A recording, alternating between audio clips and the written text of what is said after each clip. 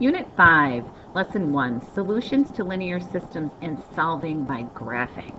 So, a lot of familiar words in that title. Probably the newer word is systems. So, what is a linear system? Because we know how to graph and we know how to find solutions. So, it says a system of equations, and later on, inequalities are essential to modeling situations with multiple variables, meaning an x and a y, to be real general, and multiple relationships between those variables. So it says at the end of the day, though, the solution set of a system of equations can be easily identified. So a solution to a system is going to be a point, an x and a y, because we're going to have, like I said, we'd have multiple variables. So we've got to have multiple answers. An x comma y is the solution to a system that makes all equations true. Normally we're used to solving equations for one variable. Well, now we're going to solve equations for two different variables.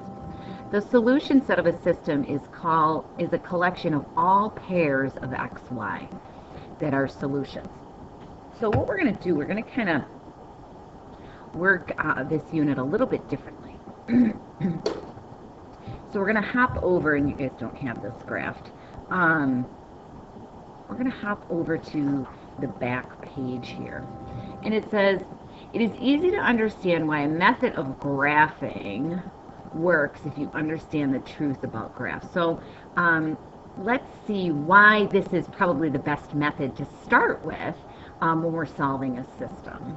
I always say, give your eyes a picture to look at, and you'll be surprised at how smart you are. So, graphs of equations. You know, a point x, y lies on a graph of an equation if it makes it true. And the graph of an equation is simply a set of all points x and y that make the equation true. That's all those points make up the line. So now you can put the definition of a graph of an equation together with the definition of a system. So we're going to do some fill in the blanks, and then we're going to actually do a problem. So here's sort of our word bank. True, intersection, solutions, or both. To solve a system of equations graphically, you find the blank of the two graphs. So we're going to find the intersection of the two graphs. The intersection, that's going to be our solution to our system. The intersection is that point or that coordinate where both equations, where they cross each other, where both equations would be true at that x and y. This works because an intersection point must lie on both graphs. Because intersection points lie on both graphs, they must make both equations true. Okay. If it sits on one line, it's going to make that line true. If the point sits on the other line, it's also going to make that other equation true. And because intersection points make both equations true, they are solutions to the system. We will often use this graphical method to solve systems of applied problems. Let's take a look at modeling problem involving linear systems. So we've got something, it's not just brain exercise, it's got some meaning to it. It says Janelle and Swetha are taking a 50-question true-false test in their history class. Janelle started after Swetha had finished 12 questions. Okay, so Janelle started after that. Janelle answers questions at a rate of 2 per minute. There's her rate of change. Swetha answers them at a rate of 5 questions every 4 minutes. Janelle eventually catches up to Swetha. How many minutes does it take her, and what question are they on when Janelle catches up? So we've got we need 2 answers there. We need minutes. How many minutes does it take her? And at what question are they on when she finally catches up? So it says create 2 linear models for Janelle and Swetha's questions answered since Janelle started. It may help to plot some points on the graph paper. Show the work that you use. So we've got Janelle. Let's start with her. So Janelle Let's see, does it have stuff here for us? Okay, so we got minutes M, questions answered, we'll call that Q. Okay, so Janelle, and we have Swetha. And we've got the rate at which they answer questions, and we also know who started. Let's see, it says Swetha had already finished 12 questions, and then Janelle started. So Swetha, we'll call questions Q, equals. She answers them at a rate of 5 questions every 4 minutes, and she's already completed 12 questions when Janelle starts. So now what is Janelle's rate? It says back up here, she answers 2 questions every minute, I believe. It says back up here, yep, at a rate of 2 per minute. Okay, so those are those 2 equations. Now it says graph the 2 equations using your calculator as needed and solve the problem. So I'm going to pause while I graph this. You go ahead and graph the same thing. Graph those 2 equations. Okay, so your graph should look like this. I hope you used your calculator if you needed to. Be real careful here. Obviously, along the y-axis, they count by 2s, but along the x-axis, they count by 1s. So we graphed those 2, and so what is our solution? So they're asking us to find, it says, how many minutes does it take her, and what question are they on when Janelle catches up? So right here is that intersection point, okay, where they catch up to each other, and how many questions is that? So what is that coordinate? It looks like it is, let's see if I go all the way down, that looks like it's 16 minutes and 32 questions. Okay, so 16, I shouldn't write in yellow, 16 minutes. So after 16 minutes, they catch up to each other, and they are on question 32. Okay. All right, so let's hop over to lesson 2. All right, and we're going to do the same thing. We're going to hop over to the back side. Now we're still solving systems in lesson 2, but now instead of graphing things, we're going to use substitution. Okay. So no graphs involved, just straight up algebra. So this problem says, Mac and his father, Kirk, are comparing their ages. They know that the sum of their ages is 52, and Kirk is 7 years older than 4 times Max's age.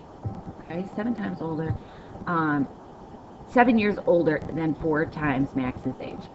If Max's age is represented by M, and Kirk's age is represented by K, write a system of equations that describes the 2 relationships from the problem. So a system of equations means 2 equations, 2 variables. So we've got M and K for Max and Kirk. We've got to have 2 equations. So think about that. If you're going to have 2 variables you have to solve for, you need 2 equations. Just like in the past, if we have 1 variable to solve for, we have 1 equation. Someday, maybe down the road, you might learn about 3 variables, so therefore you have to have 3 equations to work with in order to solve for 3 different variables in a problem. Okay? So we know that the sum of their ages, M plus K, is 52. Okay? We know that from what they gave us. And we also know that Kirk is 7 years older than 4 times Max's age. 4M plus 7. So we wrote the system. Now let's solve it. Let's figure out how old Max is and how old Kirk is. So no graph here to work with, so we're going to solve this by substitution. So substitution means you're going to put equal amounts in for equal amounts. If we look back on the front here, equals may always substitute for equals, and you've known that, okay, for a long time now. So I have this first equation, m plus k equals 52, but I have this other equation where k is already isolated for us. So if we're going to substitute, we know what k is. K is 4m plus 7. So take that 4m plus 7 and put it into where k is. And watch the magic, my friends. M plus, what? 4m plus 7, there's my substitution, equals 52. Why is this magic? Now we have an equation with one variable. We can solve it. 5m plus 7 equals 52. 5m equals 45. M, Max, is 9 years old. Okay, so Max is 9 years old. Let's figure out how old Kirk is. So Max is 9. Kirk is 4 times 9 plus 7. So we have 36 plus 7. Kirk is he 43? He sure is. 43 is Kirk. Okay? One more. 2 cell phone plans offer differing text packages. The 2 plans are outlined. So plan A says it is $5 per month charge along with 3 cents per text. Plan B is no per month charge, but $10 per text. Okay. Is there a certain number of texts when the 2 plans cost the same amount? Meaning where they are equal to each other, okay, where they cost the same amount. Determine your answer by setting up a system of equations that model the 2 plans. Okay, so plan A is, the cost is, they said 3 cents per text plus the $5 monthly fee. Plan B, the cost is 10 cents per text, but no monthly fee.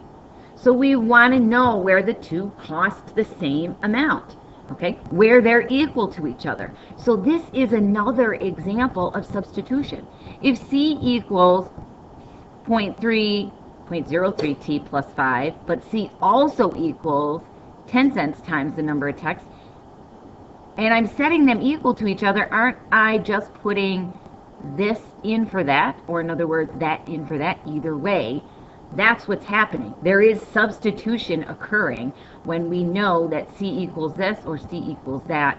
To solve this, to find out where the 2 are equal to each other, this is just another form of substitution. So when we go through and solve, for the sake of time, I'm going to tell you that T is equal to text, the number of texts, where they're equal is 71.428 ... Can we send a part of a text? Okay. No, we can't. You either send the text or you don't send the text. All right. So what happens here, it says, is there a certain number of texts when the 2 plans cost the same amount? In the context of this problem, because we're talking about texts, it's no. Okay, there isn't a certain number of texts where the 2 are equal. There is, if we graphed these, yes, would they cross at 71.428 ... Yes, they would cross, they would intersect. But in the context of this problem, there is no number of texts where the 2 plans are going to be equal. Okay, because the number of texts must be a whole number. Okay, in the context of the problem, number of texts, okay, must be a whole number. Okay. All right. So when you come to class tomorrow, a couple of these questions that we kind of bypassed, we're going to do something called check for understandings to make sure that you truly understand what's been going on in these videos. All right. See you in class.